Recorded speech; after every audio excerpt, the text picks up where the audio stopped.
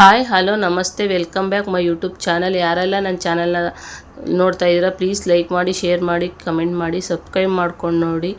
ಇವತ್ತು ಬೆಳಗ್ಗೆನೇ ತಿಂಡಿಗೆ ಇಡ್ಲಿ ಮಾಡ್ತಾಯಿದ್ದೆ. ಇವತ್ತು ನನ್ನ ಮಕ್ಕಳಿಬ್ರು ಚಕ್ಕರ್ ಹಾಕಿ ನಮ್ಮ ಜೊತೆನೇ ಮಂಡ್ಯದಲ್ಲಿ ಸ್ವಲ್ಪ ಬಟ್ಟೆ ಶಾಪಿಂಗ್ ಇತ್ತು, ಬರ್ತೀನಿ ಅಂತ ಹೇಳ್ತಾಯಿದ್ರು. ಯಾಕಂದರೆ ನಾವೆಲ್ಲರೂ ಹೋಗ್ತೀವಿ ಅಂದರೆ ಒಂದೊಂದು ಜೊತೆಲಿ ಬರ್ತೀವಿ ಅಂತ ಅಂತಾರೆ. ಹಂಗಾಗಿ ಅವಳು ಬಟ್ಟೆ ತೊಗೋಬೇಕಿತ್ತು.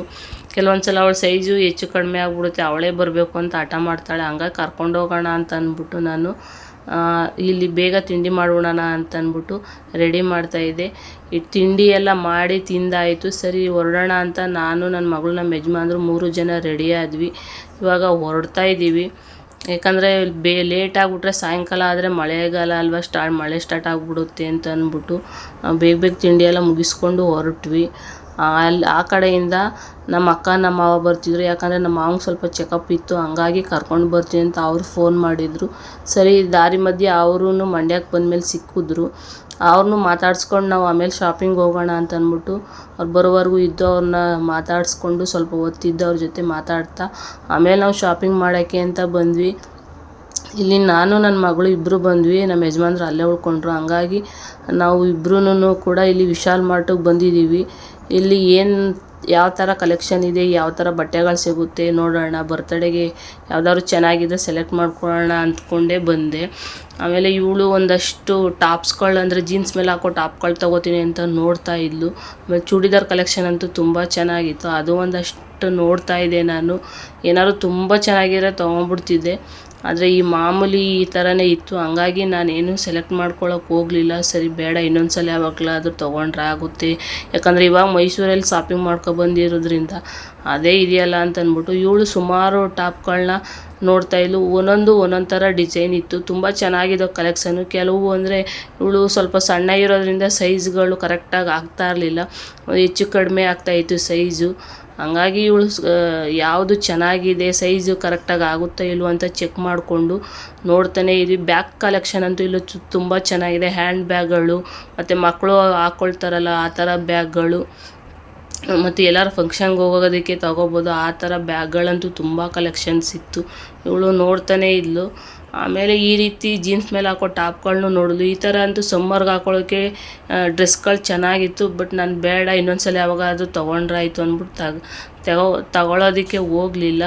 ಈ ಥರ ಅಂದರೆ ಕಾಲೇಜ್ ಹುಡುಗಿರು ಹಾಕೋ ಟಾಪ್ಗಳಂತೂ ತುಂಬ ಕಲೆಕ್ಷನ್ಸ್ ಇತ್ತು. ಎಷ್ಟೊಂದು ಡಿಸೈನ್ ಇತ್ತು ಅಂತಂದರೆ ಕಾಲೇಜ್ಗೆ ಹೋಗೋ ಹುಡುಗಿರುಗಳ್ಗಂತೂ ಹಾಕೊಳ್ಳೋದಕ್ಕೆ ತುಂಬ ವೆರೈಟಿ ಆಫ್ ಕಲೆಕ್ಷನ್ಸ್ ಇತ್ತು. ಮತ್ತು ಚಪ್ಪಲಿಗಳಂತೂ ತುಂಬ ಕಲೆಕ್ಷನ್ಸ್ ಇತ್ತು. ತುಂಬ ಜನ ಬಂದು ತೊಗೊಂಡು ಹೋಗ್ತಾರೆ. ಕಾಲೇಜ್ ಹುಡುಗಿರೇ ಜಾಸ್ತಿ ಇಲ್ಲಿಗೆ ಬರೋದು ಅಂತಲೇ ಹೇಳ್ಬೋದು. ಆಮೇಲೆ ಹೋಮ್ಗೆ ಏನಂದರೆ ಮನೆಗಳಿಗೆ ಏನಾದರೂ ಮಿಕ್ಸಿ ಆಗಿರ್ಬೋದು, ಸ್ಟವ್ಗಳೇ ಆಗಿರ್ಬೋದು, ಬಾಣಲಿಗಳೇ ಆಗಿರ್ಬೋದು, ಈ ರೀತಿ ಕಲೆಕ್ಷನ್ಸು ತುಂಬ ಇರುತ್ತೆ. ಆಮೇಲೆ ಇಲ್ಲಿ ನಾನು ಹಾಸಿಗೆ ಮೇಲೆ ಬೆಡ್ಶೀಟು, ಪಿಲ್ಲೋ ಕವರ್ ಇಟ್ಟಿರ್ತಲ್ಲ ಆ ಸೆಕ್ಷನ್ ಬಂದು ನೋಡ್ತಾ ಇದೆ. ಒಂದಷ್ಟು ತೊಗೊಳ್ಳೋಣ ಏನಾದರೂ ಕಡಿಮೆ ರೇಟಲ್ಲಿ ಇದ್ದರೆ ಅಂತ.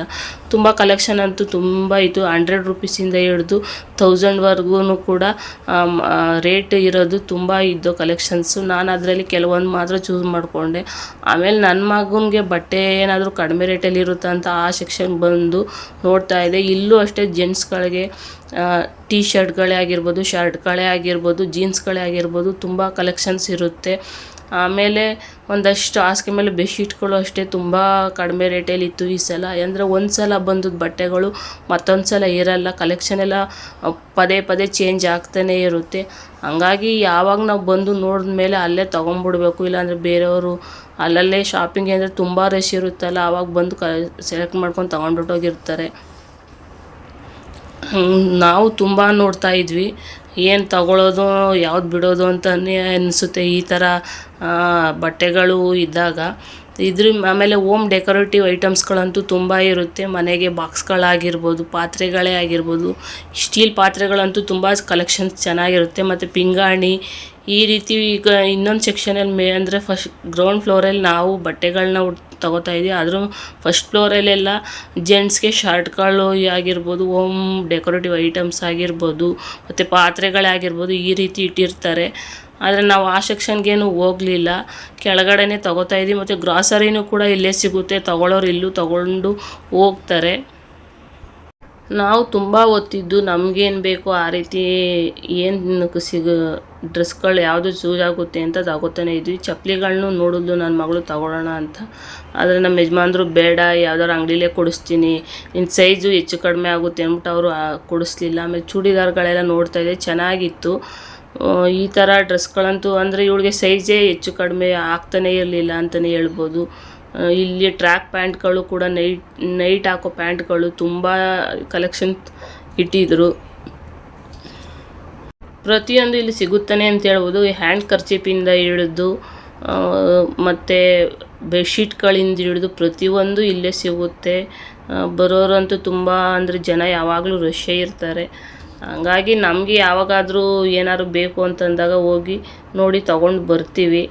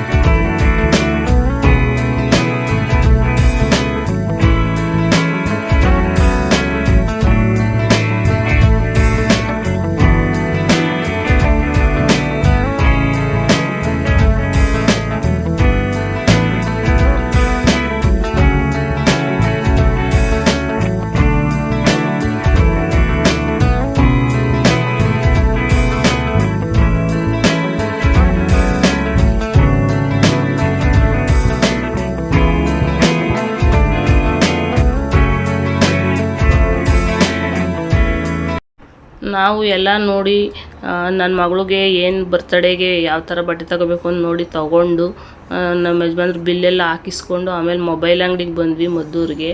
ಅಲ್ಲಿ ಮೊಬೈಲ್ ಬೇಕಿತ್ತು ಒಂದು, ಹಂಗಾಗಿ ಸಿಂಪಲಾಗಿರೋದೊಂದು ಕೀಪ್ಯಾಡ್ ಮೊಬೈಲ್ನ ತಗೋತಾಯಿದ್ರು ನಮ್ಮ ಯಜಮಾನ್ರು. ಇದನ್ನು ತಗೊಂಡು ನಾವು ಬಂದ್ವಿ. ಇದು ಇನ್ನೊಂದು ದಿವ್ಸದ ವ್ಲಾಗು.